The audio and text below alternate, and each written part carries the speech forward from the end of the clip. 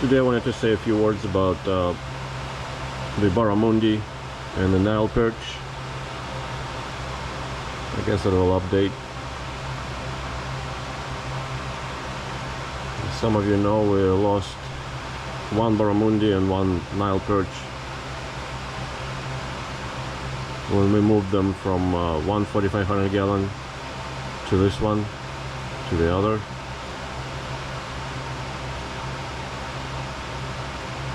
That was back in July. So we're in the second half of October 2025. I think the things in this tank more or less stabilized.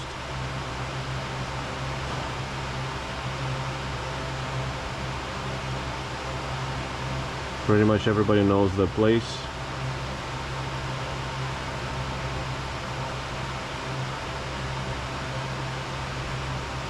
So we have 2 Nile perch remaining and 3 Barramundi.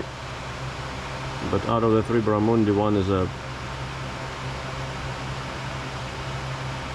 a runt, has a funny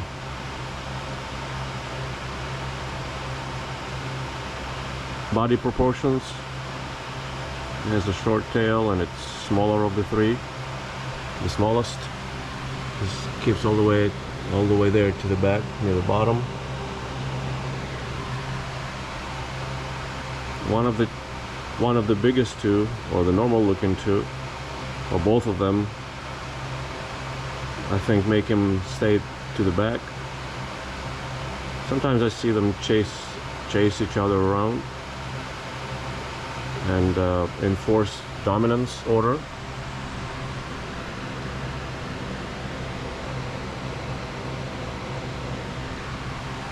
Which I don't think I've ever seen with the Nile perch, but it doesn't mean it never happened. Maybe I just missed it.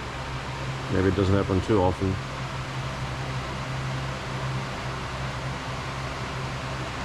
The biggest Nile perch and the 2 biggest Barramundi are about 2.5 feet now, easily.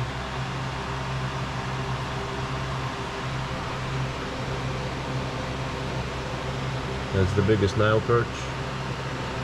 The other one is just a little bit smaller, but a little plumber, I would say. Probably smaller by maybe a couple of inches, maybe 3 inches. There it is.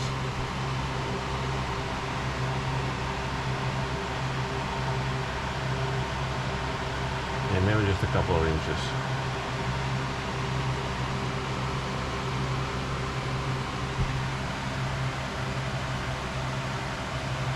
The 2 biggest Barramundi are also about 2.5 feet.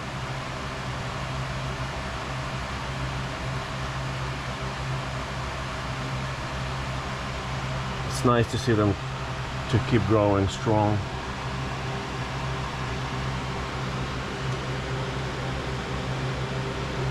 They have those sharp ridges on their snout, reminiscent or that resembles the same structures on other perches and on fish like snook. And they have sharp edges on their gill plates that can cut pretty good. Let it be net or your finger.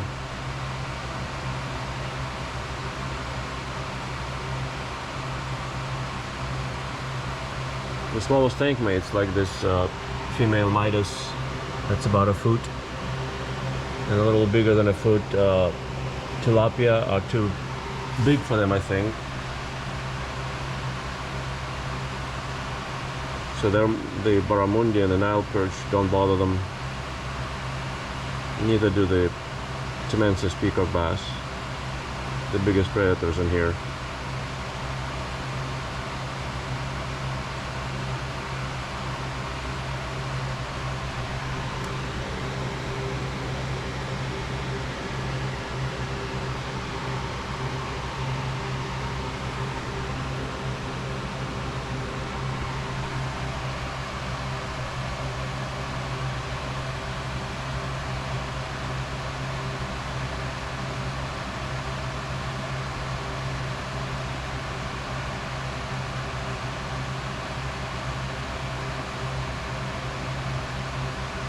when I give them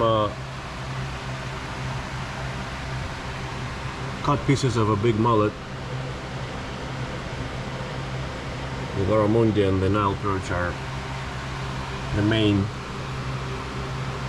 partakers of that. The Timensys, even though they're also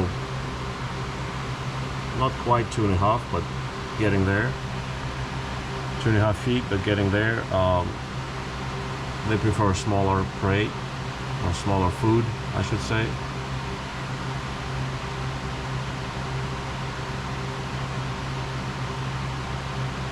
But they have the advantage, the peacock bass, they have the advantage of being the lunge and grab kind of predators.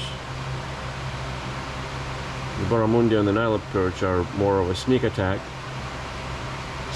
They sneak in and suck in their prey. That's how they prefer to do that.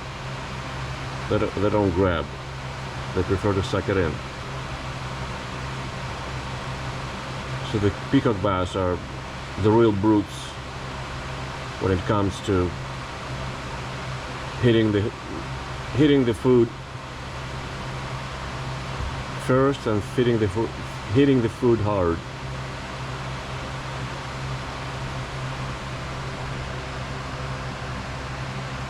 I still feed this tank heavy only periodically, usually anywhere between 4 to 6 days. It was actually yesterday that I gave them, that's why the water's a little cloudy, sorry. That was yesterday that I gave them about 15 pounds of Atlantic herring.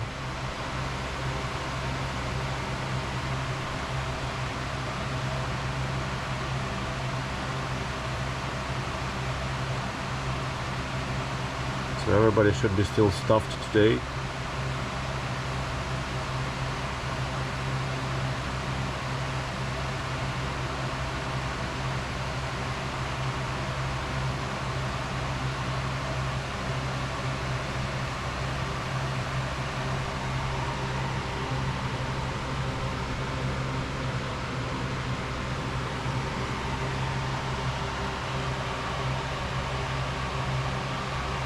Compared to the peacock bass, they're both shyer fish, with the Nile perch being shyer than the Barramundi.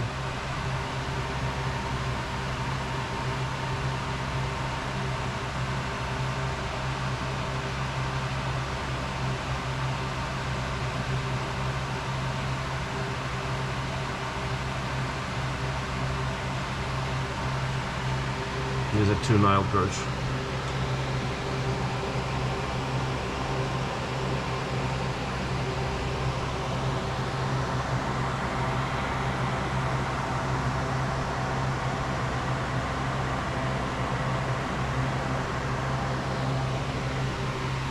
They have excellent eyesight and they see everything that happens outside the tank too.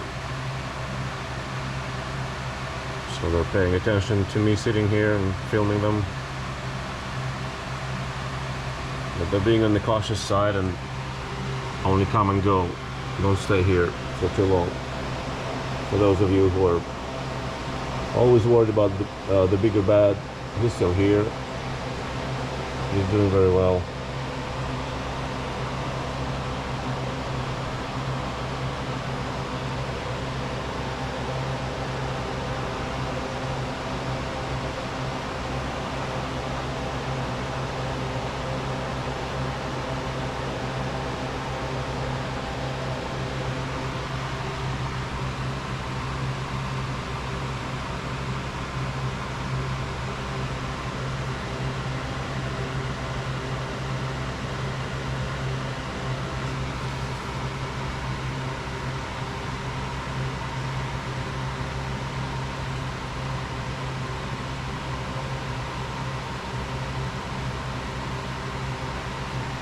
That's a little update on the biggest perches here. Our last Barramundi, when we lost him, was about, I think, 34 inches, so 2 inches shy of 3 feet. Probably was about 3 years old, or 3 or 4, probably 3. So I'm hoping that if I take care of these guys properly, they will break 3 feet for us easily. Maybe we'll even reach 4 or more, who knows. I don't think I've seen any Barramundi or Nile perch more than 4 feet in captivity anywhere. If you have, let me know please what to expect.